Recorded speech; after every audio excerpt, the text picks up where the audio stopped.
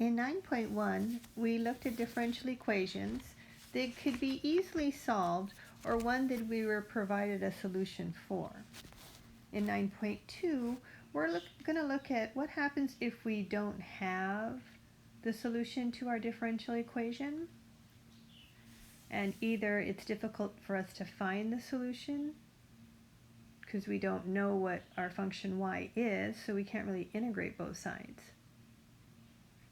Or maybe we haven't figured out the technique yet to find the solution. So one way that we can determine the solutions to a differential equation is by something called a direction field. And the direction field is just a graph. It's a graph of all the solutions to a differential equation. So what each piece gives us, all those little slash marks, it gives us a slope at any point t comma y. Because remember, a derivative is just the slope of a line. So here we have an example of a differential equation. And here is the corresponding graph that goes with the differential equation. So this graph is not y prime. This graph is actually y, all the possible solutions y given any t value. And in this particular case, we're just looking at positive or greater than or equal to 0 for t and y. So notice that if, say, t is equal to 1 and y is equal to 1, then I'm at this point here on the graph. So for that initial condition, the derivative is negative, right? Because it's the slope of that tiny little line there. And the curve, the solution curve that goes with that particular initial condition will follow this path. Okay, so this would be the specific solution to that differential equation given the initial condition that y of 1 is equal to 1. So something you should notice about this direction field, which is the direction that our derivatives are, is that when y is equal to 2, the derivative for any t value is equal to 0. So that would be this piece here, where the graph of all the derivatives are 0. They're little horizontal lines, so the derivative of a horizontal line is just 0. So that's what we call a constant solution. Oftentimes we'll call that the equilibrium solution.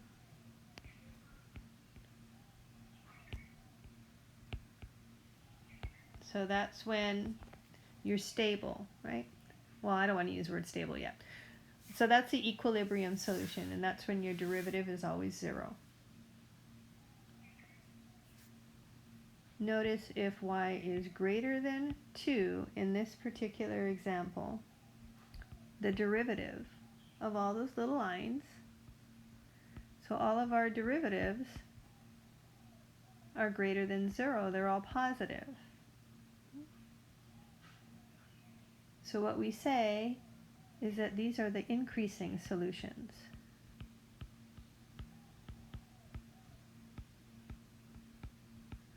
And then if y is less than 2, the derivative, or the slope of all those little lines, are negative, so less than 0.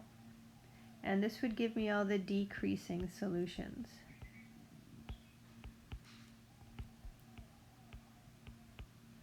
So what's nice about a direction field is if you did have some initial condition,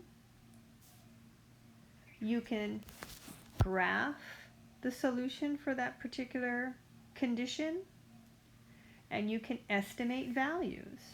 So going back to our first graph, we're looking at the initial condition that y of 1 is equal to 1. Well, if I knew those initial conditions, then I know that the curve that I got would be my solution curve. So if this modeled my problem, I can look at all the conditions or all the points on this curve, this solution, this particular solution curve, and figure out for any t value greater than 0 what my y value would be, without even having to know what my original function y is. Okay?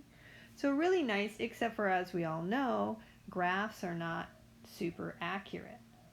So we only use direction fields when we actually can't figure out what our solution to our differential equation is, or what our original function is. So let's look at another example. In example 1, we want to sketch the graph of a solution curve given these conditions. If y of 0 is 2, that means when t is equal to 0, the y value is equal to 2. So if t is 0 and y is 2, that would be the point ty. So all I have to do is sketch the curve that just follows the direction field. And this would be a sketch of the solution curve for that initial condition. Now notice we have the same direction field. Let's change our initial condition and look at what happens when t is equal to negative 1. Okay? In that case, our y value is equal to negative 1. So if we go to negative 1, and draw our solution curve, and you don't have to be perfect with these, right? It's just to get an idea of what the curve would look like. Then that should be a solution to our differential equation given those initial conditions. Odd, it jumped, sorry. So in example 2, we do have a direction field, and it represents some differential equation. We don't even have the differential equation. So for what initial conditions of y of 0, so that's when t is equal to 0, is the solution constant, increasing, or decreasing? Well, the solution is going to be constant when the derivative is 0.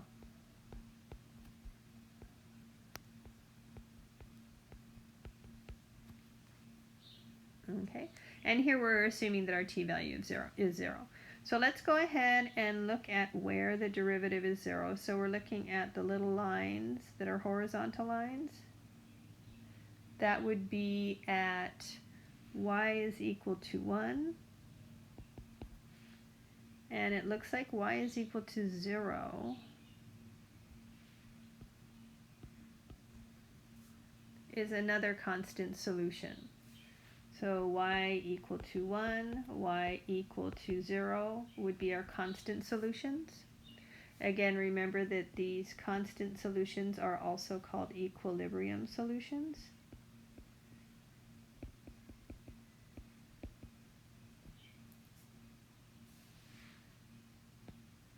So the next thing we want to figure out is we want to figure out where our solutions are increasing. So increasing means that the derivative is positive. And it doesn't really matter what the t value is. It could be any t value. We just want to make sure that it's positive. And that's the same for the constant as well. That would be for all t values, the derivative is 0. So the derivative is positive. It looks like it's positive between the 0 and the 1. That's when the slope of those little lines are positive. So this is where it would be increasing. And decreasing is where your slope is negative.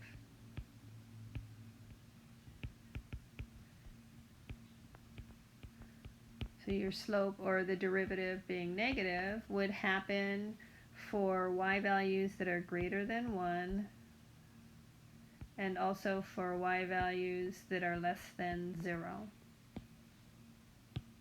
So that's where it's decreasing. So we were given direction fields in all of these examples. But if you don't have a direction field and you have to create your own direction field, these are the procedures in your ebook on how to draw direction fields. Basically, you want to figure out where your equilibrium solutions are. Ooh, I want to go back to our original, and let me add 2 more pieces of information. Notice that our derivatives are approaching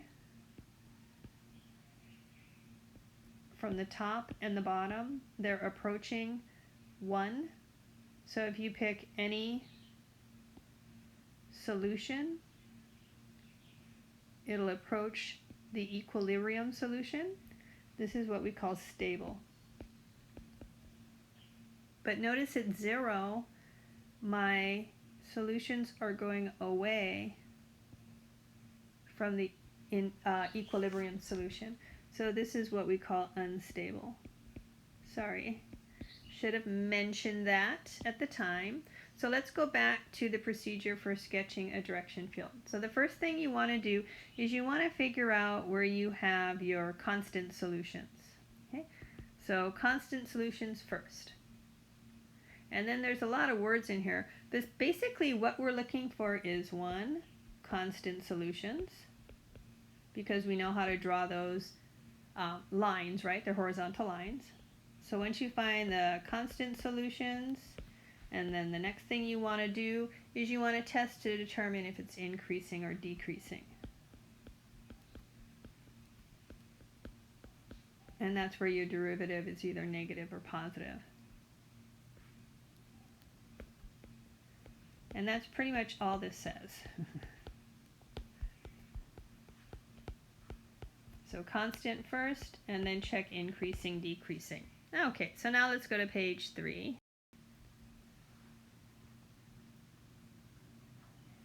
So let's say you don't have a direction field, and you need to sketch the direction field.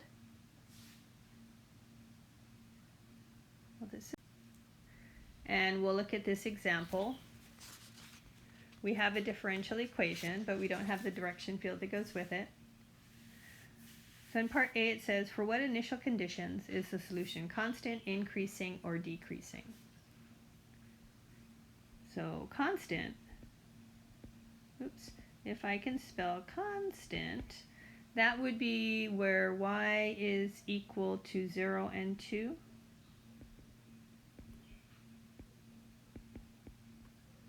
Right? Because I'm setting my derivative equal to 0.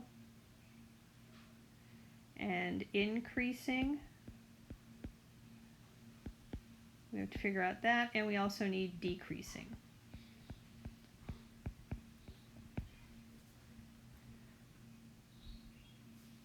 And here, let me go ahead and start sketching as well. So I know I have constant solutions at 0 and 2.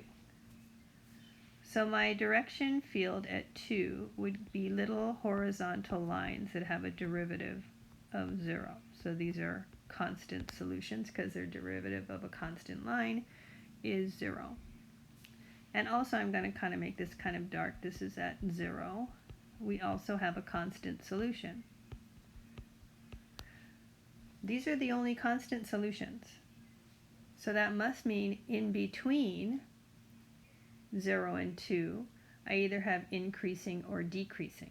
it can't change and do both increasing and decreasing, or else I would have another 0 in there.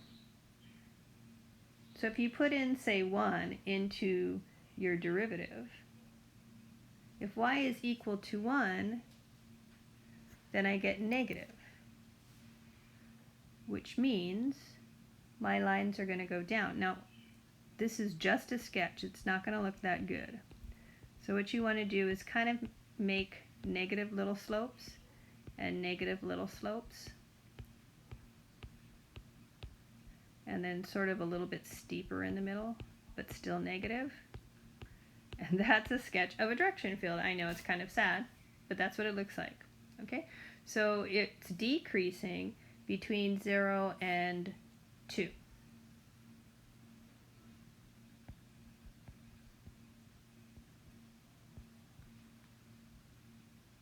So what about for larger than 2?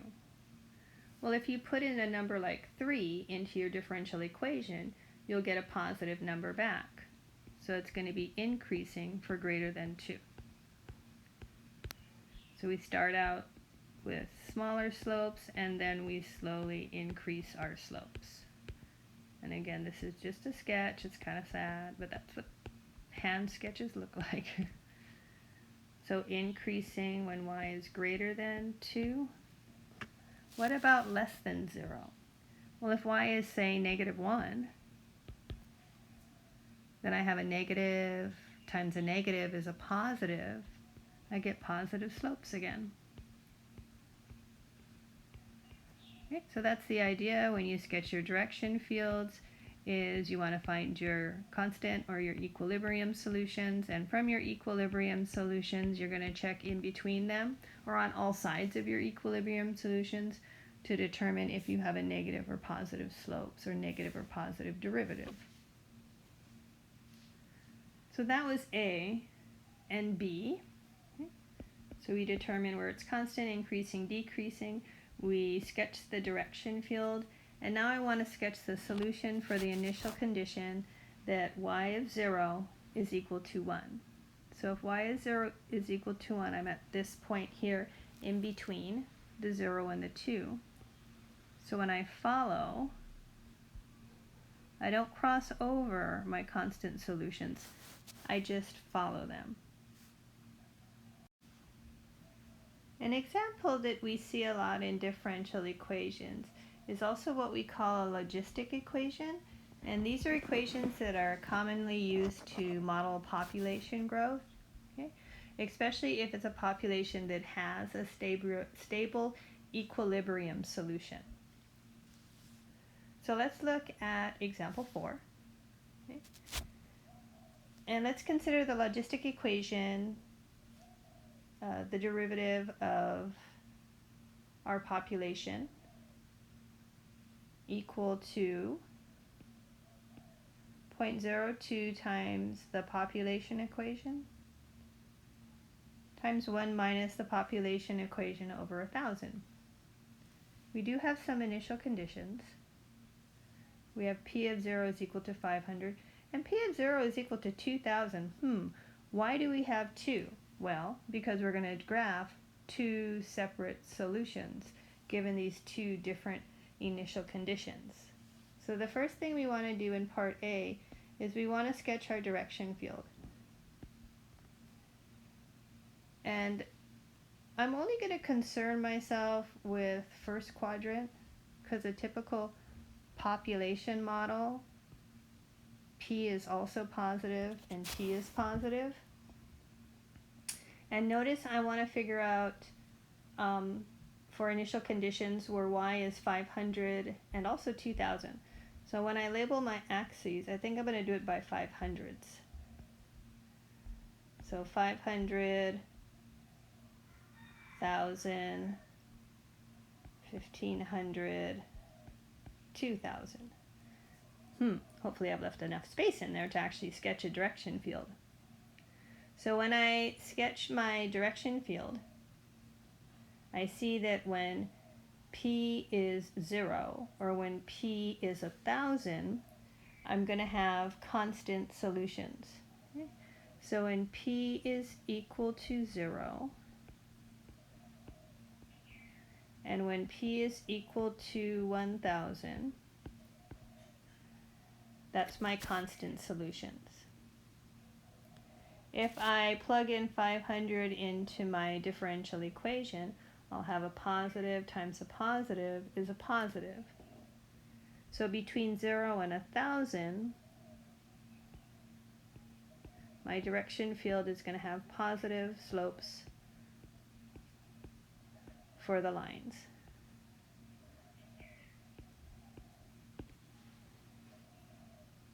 For numbers greater than 1000,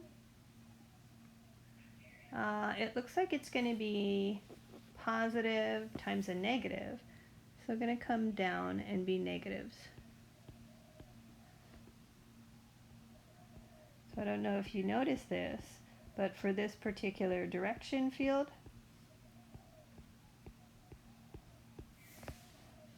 the constant solution is a stable solution, since all the equations go towards my constant solution. So that would be a sketch of the direction field. And now in part B, if we wanted to sketch the solution curve for each initial condition, for p equal to 500, I have a curve that goes towards, from below, towards my equilibrium. And then when I have an initial condition of 2000 and draw my solution curve, that also goes towards my equilibrium solution. So we have this stable equilibrium solution. And if it's a stable equilibrium solution, we also call this the carrying capacity.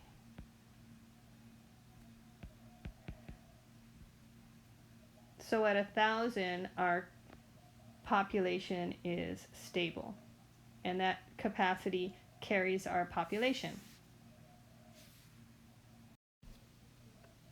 All right, so in this last example, we're going to be approximating our y values without a direction field. So all we have is the differential equation. We have no direction field where we can actually plot points and figure out what our y value is. And this method is going to be called Euler's method. So in Euler's method, you need your differential equation, you need an initial condition, and you need an interval for which you're going to find solutions on. Once you have all of those, then you're going to define a delta t. And this is similar to your delta x when you partition your x-axis to estimate an integral. Your delta x is simply your t value, so the endpoint of your interval, over the number of partitions.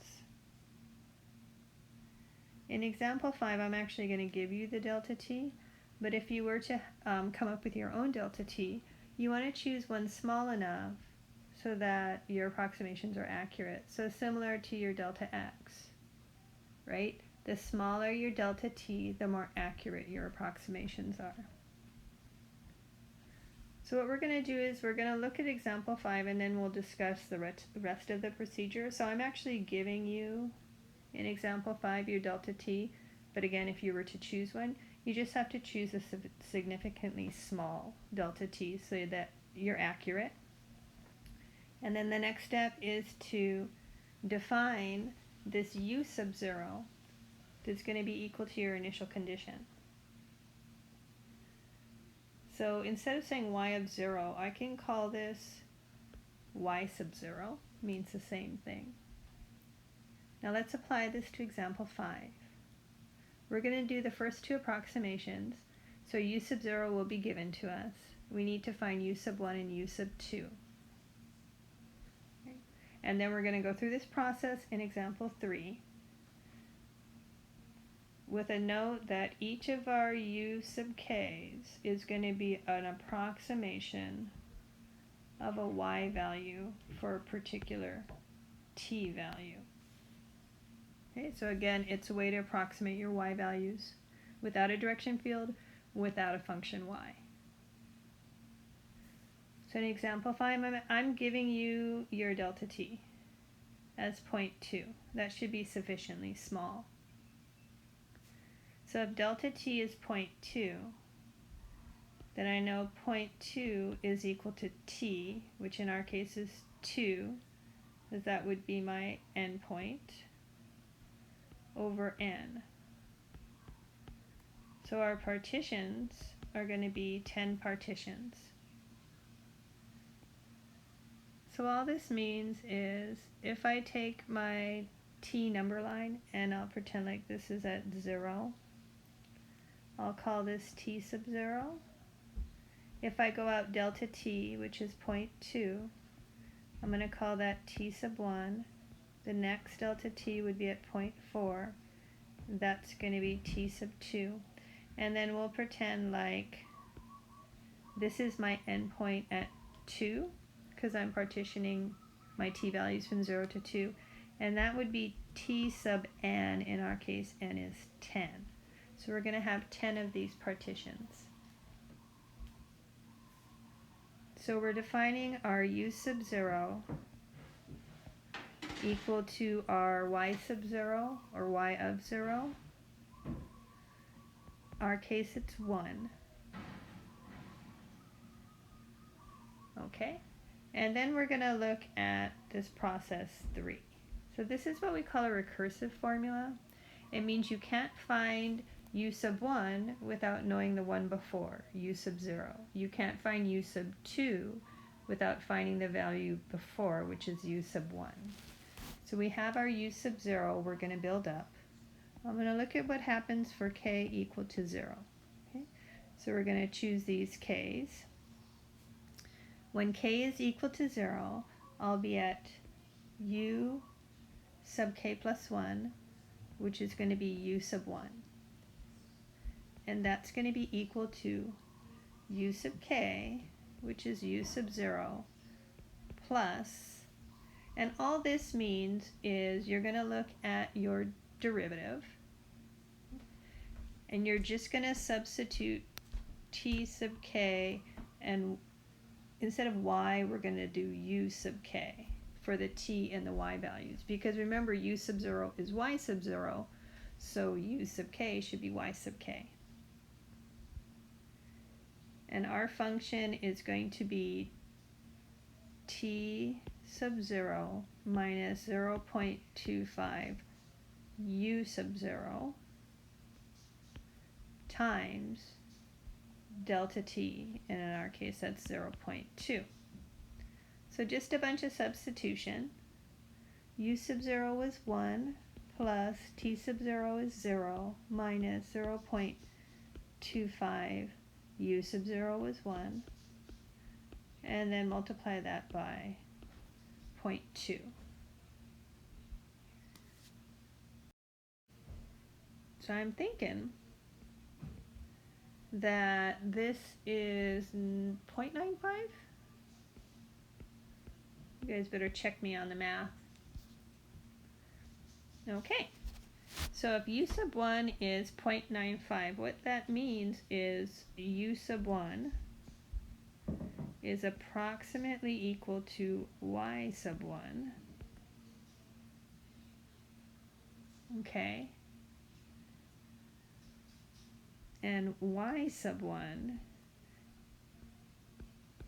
is looking at the y value at t sub 1. T sub 1 is 0.2, so the y value at 0.2 is going to be approximately equal to 0.95. So again, this is just a way for us to approximate the y values given a t value. All right. So we did our first approximation, our u sub 1. And that's equal to 0.95 if I did my math correctly, which, oh God, I hope I did. But you get the idea. So let's look at what happened when k is equal to 1. When k is equal to 1, we'll be finding our u sub 2.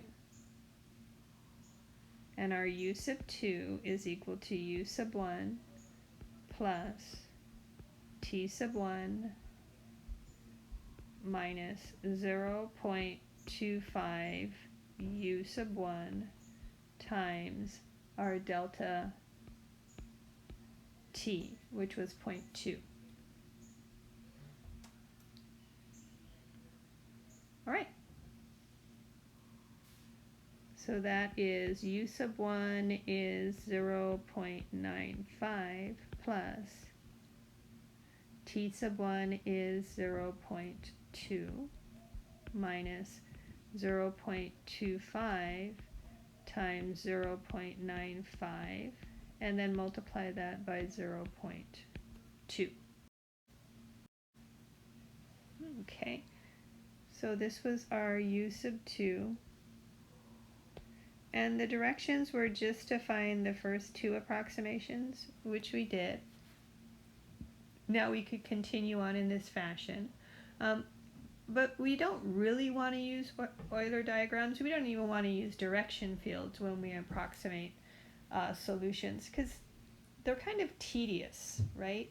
And when we look at the direction fields, they're not very accurate. You get the idea, the picture, the basic shape of the graph, but it's not really accurate. So in the following sections, we're going to explore different types of differential equations and how we would solve them. So that's it for this section.